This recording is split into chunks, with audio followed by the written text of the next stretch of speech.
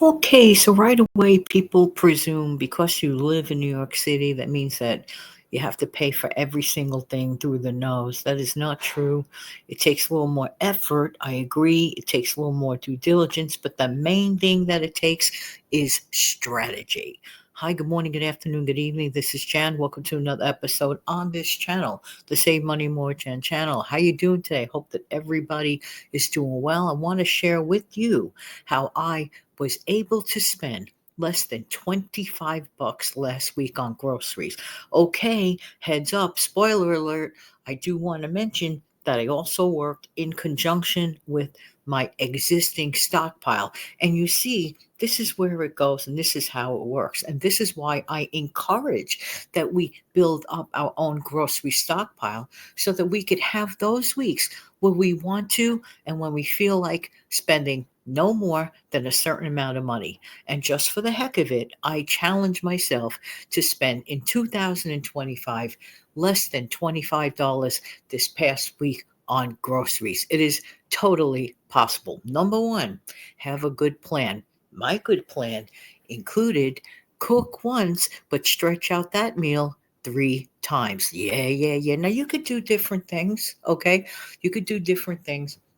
I happen to have had a chuck roast in my freezer. That was part of my stockpile, right? Didn't have to buy it again, but I made the best of it. What did I do? I threw it in my slow cooker and I made 3 different styles of meals. One night I felt like sliced beef on top of a slider roll. And I'll tell you about those slider rolls in a minute. So I had the beef on the slider roll. Totally good. Another time during the week, I took that same beef and I just put a little bit of tomato sauce on that. And I just chopped it up, put it together, sauteed it with a little bit of garlic and onion and a little bit of basil. And I tossed that on top of what? I tossed that on top of some leftover pasta. Completely different meal altogether. And another day for lunch, I decided to slice that beef up, and it was quite good, onto a sandwich with a little bit of mayonnaise. I made a cold beef sandwich with mayonnaise, salt, and pepper. Hello. Does that sound like depravity to you? Not to me. So you're working with the stuff that you have. But I want to mention about these slider rolls. Slider roll prices can go anywhere from the sublime to kind of steep.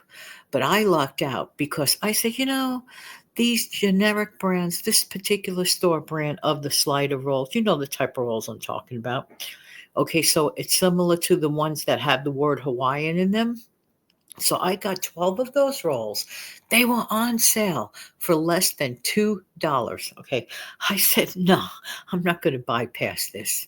You see, I'm the type that I could have 1 or 2 of those little itsy bitsy baby sandwiches and I am totally filled up. I could have that with a piece of fruit, or if I don't want fruit, I could have a pickle spear on the side or some potato chips and call it a day. I could do that for lunch interchangeably. I could do that for dinner interchangeably. And that is exactly what I did. I highly recommend those slider rolls. If you don't like the sweet taste, they also have a savory version, just to mention, but that's its own show. I could get into all the different things you could do with the slider rolls. And if you have last minute company, you can make a whole bunch of stuff with just a very small amount of money by just cutting across those slider rolls and uniformly putting a little bit of something on top of it, covering them up. And if you want, toast it all together and it's yummy, or do them cold.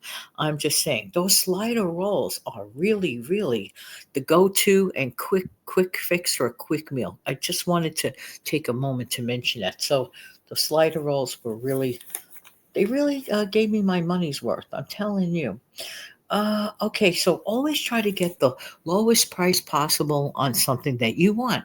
So when I planned ahead before I went to the store, I said, you know what?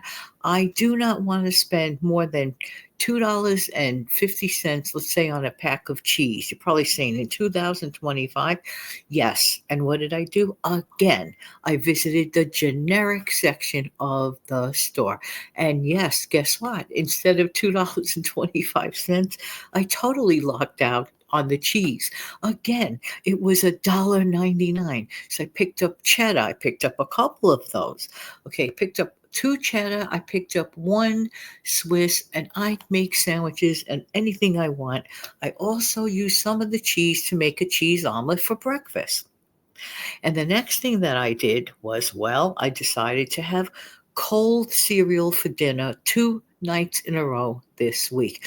We had a recent heat wave here in New York City, and I don't know about you, but the last thing that I feel like doing is slaving over a hot stove on a steamy, humid day. Thankfully, that weather pattern had broken, but there were a good 4 days when it was like, oh, too steamy for my taste. Okay, I'm just saying. I'm just saying. All right. So I had a couple of nights of cold cereal. If you have these things in your home or apartment ahead of time, guess who is ahead of the game? You are. You are ahead of the game. I'm just saying. It's really, really crazy. So I kept my last week bill below $25 because I stretched the stuff that I already had. Okay. And I don't make a big to do and I don't make a big fuss over anything. Don't forget to check out a recent video of the Everywhere with Steve Young 74 channel. He gets into, and it's a really good video, of something that he found in a generic cereal that was really for the price of a song. So check into his most recent video on that. All right, everybody, thank you so much for being here. I really do appreciate everybody's time. Don't forget to come back every single day at 5 a.m. for the next show. Take good care of yourself and your amazing family. Super thanks are forever welcome. Thank you.